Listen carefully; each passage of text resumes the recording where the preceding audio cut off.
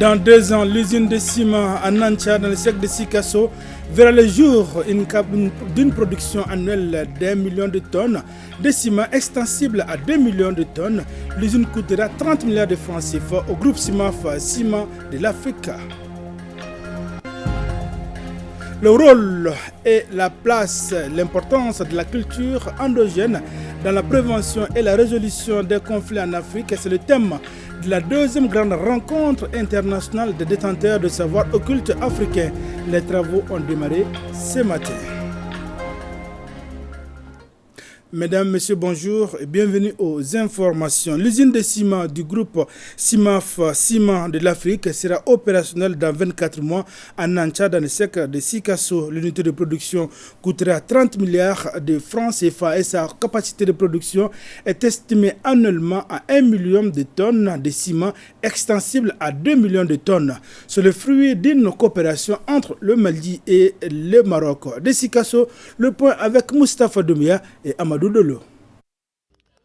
La future usine de ciment de Sikasso est prévue sur une superficie de 20 hectares. Sa capacité de production est d'1 million de tonnes par an, extensible à 2 millions de tonnes.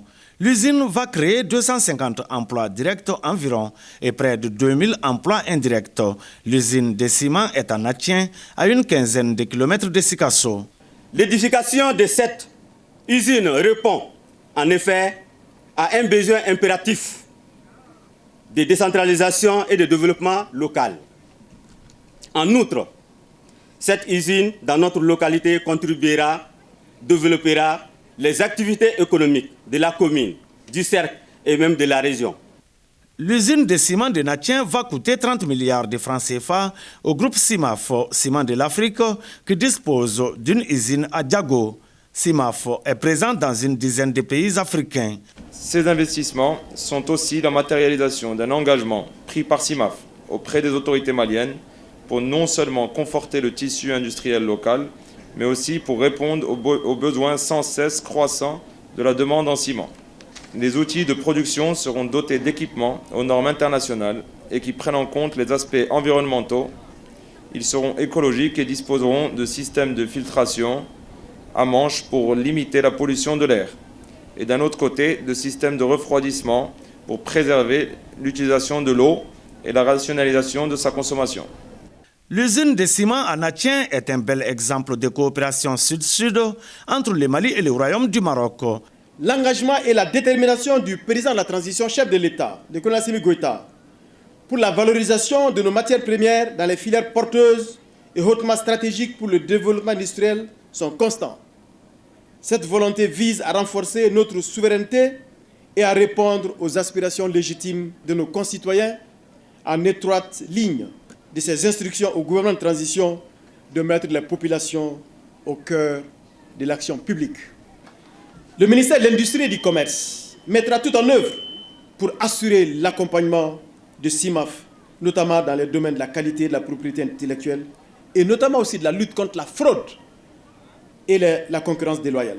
La pose de la première pierre de l'usine de ciment à Natien a enregistré la présence de plusieurs personnalités, dont des membres du CNT, Conseil national de transition. Direction la cité des Escalaba, le chef d'état-major de l'armée de l'air a bouclé sa visite mercredi à la base aérienne 300 de Gao. Cette visite a amené le général Alou Boïdjara dans les bases aériennes de Sévaré, Tombouctou et Gao. La remise de l'étendard du 3e groupement de protection de défense Zegene, l'inauguration des bâtiments d'accueil et de commandement de la base aérienne 300 sont autant d'actions menées par le général Alou Boïdjara. Agali Agagissa pour le commentaire avec le concours de la DIRPA. Le général de brigade Alou Boïdjara est en visite d'autorité à la base aérienne 300 de Gao. Il s'agit pour le général Diarra de prendre contact avec les officiers militaires et les hommes de troupes dans le but de renforcer la sécurité des camps. Et c'est dans cette optique qu'il a remis l'étendard du 3e groupement de protection défense Zegene.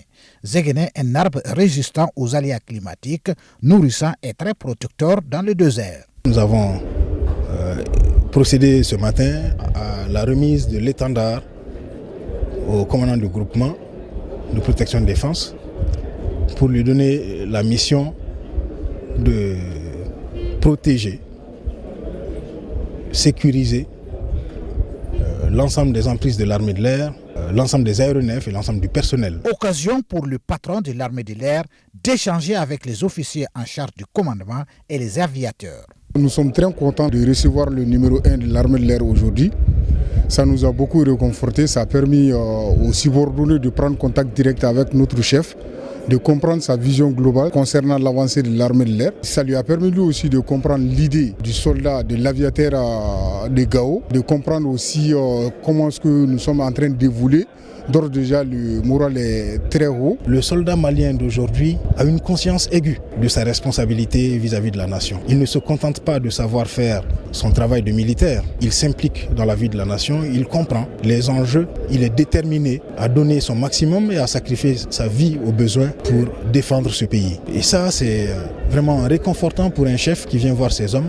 Autre temps fort de cette visite, l'inauguration des bâtiments d'accueil et de commandement de la base aérienne 300, la rencontre avec le gouverneur de la région, le maire et la hiérarchie militaire. Les détenteurs de savoirs occultes africains sont à Bamako à la faveur de leur deuxième grande rencontre internationale. Ils se réunissent autour du thème le rôle, la place et l'importance de la culture endogène dans la prévention et la résolution des conflits en Afrique. C'est une initiative du réseau panafricain de la science mystique et du patrimoine ancestral avec l'association Africa Magie Moderne Internationale. Les enjeux de cette rencontre avec Alpha Maïga. L'occultisme vient du latin occultus, ce qui est caché, secret. Il désigne l'ensemble des arts et des sciences occultes. Entendez là l'astrologie, la magie, la divination, la médecine occulte. Ces pratiques sont utilisées ici par des détenteurs de la science comme ces membres de ce réseau international qui sont en conclave pour mettre en contribution leur science pour résoudre les conflits en Afrique. Et à saluer particulièrement la bravoure et le courage du professeur, parce que réunir autant de sommités en un seul endroit et dans un pays pour les causes dont nous allons débattre demain, c'est pour l'union de l'Afrique. Nos attentes demain, c'est comment faire en sorte que l'Afrique soit plus que jamais indépendante. Et cette indépendance passe par la monnaie, ça passe par la culture, la valeur de la tradition. Après une volonté de démystifier la magie qui est motivée par le souci d'arrêter l'imposture, la narque et l'escroquerie des citoyens, il s'agit maintenant pour eux de mettre leur savoir et surtout leur science au service de la paix en résolvant les conflits en Afrique. D'utiliser les connaissances endogènes pour un développement durable de nos peuples. Toutes les délégations venues ici puissent travailler ensemble, se comprendre pour une unité africaine. L'Afrique détient des mécanismes propres et de nature à prévenir les conflits. Il s'agit des alliances à plaisanterie, totems, les mariages, les masques. Ce n'est pas tout. Il y a aussi les contes, les palabres, les proverbes, les tribunaux traditionnels, les médiations. Venir de tous les 4 coins du pays d'Afrique, pour moi c'est un miracle. Pour moi je donnerais tout ce que j'ai comme ancestral. Tout ce qui est pour une majesté doit donner, venant du Cameroun et de l'eau, parce que moi je suis une femme de l'eau. Dans l'eau, qu'est-ce qu'il y a? Du poisson, les tortues et beaucoup de lamantins. C'est là où on trouve les lamantins parce que mon village est juste entouré du lac, le plus grand lac au Cameroun, le lac Ossa. C'est là où je viens. D'ici là, les regards sont tournés vers le CICB ce samedi pour la 2e rencontre internationale des détenteurs de savoirs occultes africains. Un reportage signé Alpha Maïga. Le collectif pour la refondation du Mali Korema apporte son soutien aux autorités de la transition suite au retrait du Mali de la CEDEAO. Les responsables du Korema ont animé une conférence de presse. 20 chefs de village venus de la région de Tombouctou pour soutenir les idéaux du collectif ont pris part à cette conférence de presse. Pour plus de détails, écoutons Dr Aboubakar Sidik Fomba, premier vice-président et porte-parole du Korema. Il est au micro de Benogo Fofana. En ce qui concerne la contribution dans l'élimination de la concurrence déloyale après le retrait du Mali de la CEDEAO, nous proposons aux autorités de prendre toutes les dispositions nécessaires pour arrêter ce phénomène et traquer les commanditaires pour la réparation du préjudice causé par l'importation frauduleuse des marchandises qui peuvent non seulement constituer des manques à gagner, mais aussi être source de maladies, car ces produits alimentaires échappent en même temps au contrôle sanitaire. La deuxième partie, pour renflouer la caisse de l'État, le COREMA propose la prise diligente des décrets d'application du Code minier et son contenu local. Mettre en application la loi 04-051 portant organisation de la défense du territoire par la réquisition de certaines quantités d'or produites par les entreprises minières au Mali. Procéder à la nationalisation de l'ICOMA et la relance de l'usine de thé de Farako. Contribution politique. Le COREMA félicite et soutient les autorités de la transition pour la dénonciation de l'ingérence des autorités algériennes aux affaires essentiellement du ressort de l'État malien, de la fin de l'accord pour la paix et la réconciliation nationale avec effet immédiat et le retrait collectif des pays de l'AES de la CEDEAO sans délai. Le COREMA invite les autorités maliennes à parachever la libération de notre chère patrie par le retrait de l'IEMOA, la création rapide de la Banque centrale et la création de la monnaie digitale et fiduciaire de l'AES. Feu Dr Bakary Doumbia, c'est le nom de la deuxième promotion de l'Université du Sahel. Les récipiendaires ont reçu leur diplôme au cours d'une cérémonie de graduation, non dit Alou Abdoulaye Touré. Au nombre de 121, les étudiants de la 10e promotion de l'Université du Sahel ont reçu leur diplôme de licence après 3 années de formation académique. Ils sont désormais outillés à entamer une nouvelle carrière professionnelle. En sortant de cette université aujourd'hui, nous emportons avec nous plus qu'un diplôme. Nous emportons la conviction que l'éducation est un pouvoir transformateur, capable de façonner des individus et de changer de vie.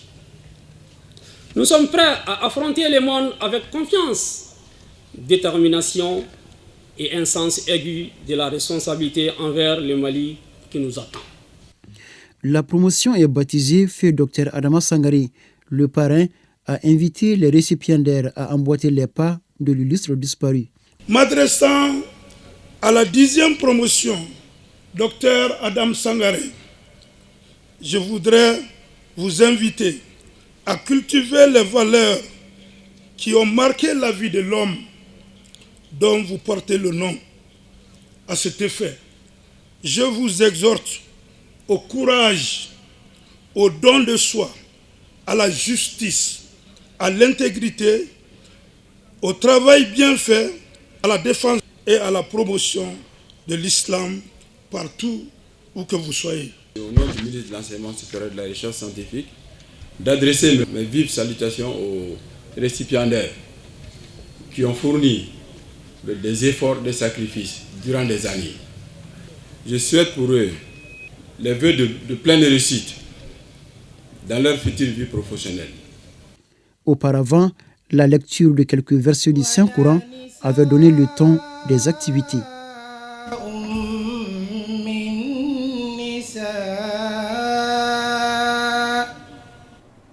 Toutes nos excuses, Dr Bakary Doumbia est le parrain de la promotion et la promotion porte le nom d'Adama Sangaré, donc le nom de la promotion de l'Université Sahel. Toutes nos excuses. L'ONG Tekelt a lancé officiellement ses activités dans la région de Kidal. L'association Tekelt est créée depuis juin 2008.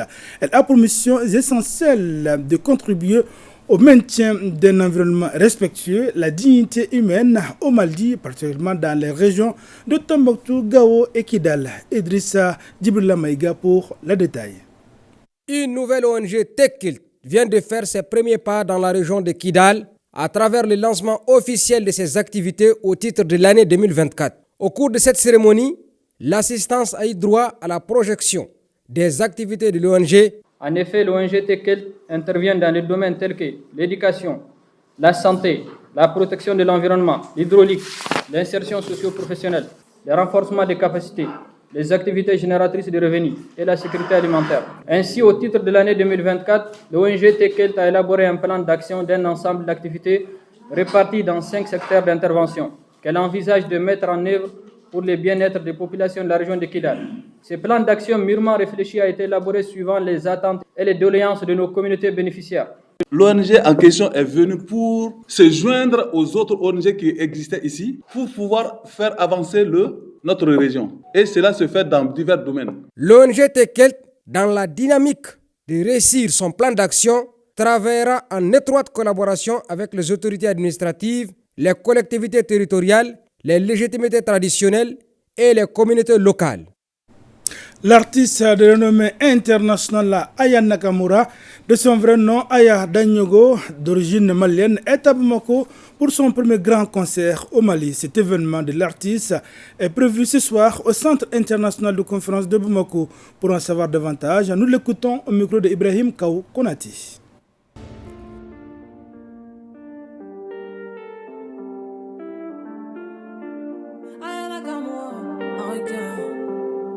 Hello papi, mais qu'est pas ça? J'entends des bails à 300 morts. À ce qui paraît, je te cours après. Mais ça va pas, mais t'es taré.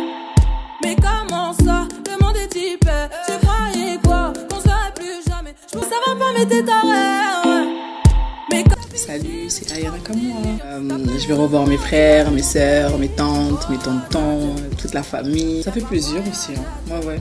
On va dire que ça fait chaud au cœur. Avec Sidiki, avec plein d'invités, plein de surprises. Donc ouais, je suis vraiment contente de faire ce dernier concert ici au Mali.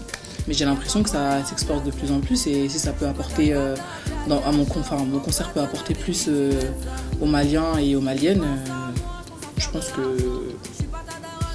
ça peut rayonner au niveau de l'Europe encore plus. Donc les jeunes Maliens, jeunes Maliennes, je vous invite à mon concert le 10 février au CICB. Ça va bien se passer, qu'on fasse la fête ensemble, qu'on danse, qu'on chante et voilà, rendez-vous le 10 février. Je suis impatiente de vous voir. Hello papi, mais qu'est pas ça? J'entends des bails à 300 mois. À ce qui paraît, je te cours après. Mais ça va pas, mais t'es taré, ouais. Mais comment ça, le monde est type, j'y croyais quoi, qu'on se verrait plus jamais. Je pourrais t'afficher, mais c'est pas mon délire. D'après les rumeurs, tu m'as eu dans ton lit. Oh, dja dja, y'a pas moyen, dja dja. J'suis pas ta catin, dja dja show. En katchana baby, tu t'es ça. Voilà, rendez-vous le 10. C'est ça, retrouver Aya Nakamura au Centre international de conférence de Bamako. Toujours culture, les représentantes du district de Bamako pour l'élection Miss ORTM édition 2024 sont connues. 2024, elle s'appelle Maïmouna Keita, numéro 16.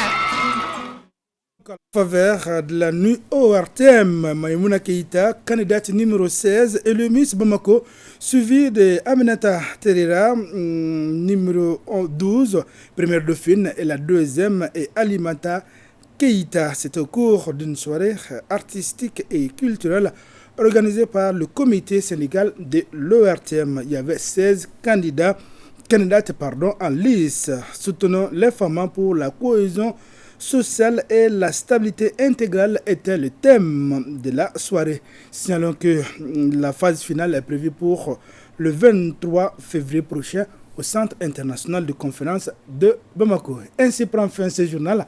Merci d'avoir été de notre. À demain, Inch'Allah, même heure, même plateau et pour d'autres informations. Excellent week-end à tous.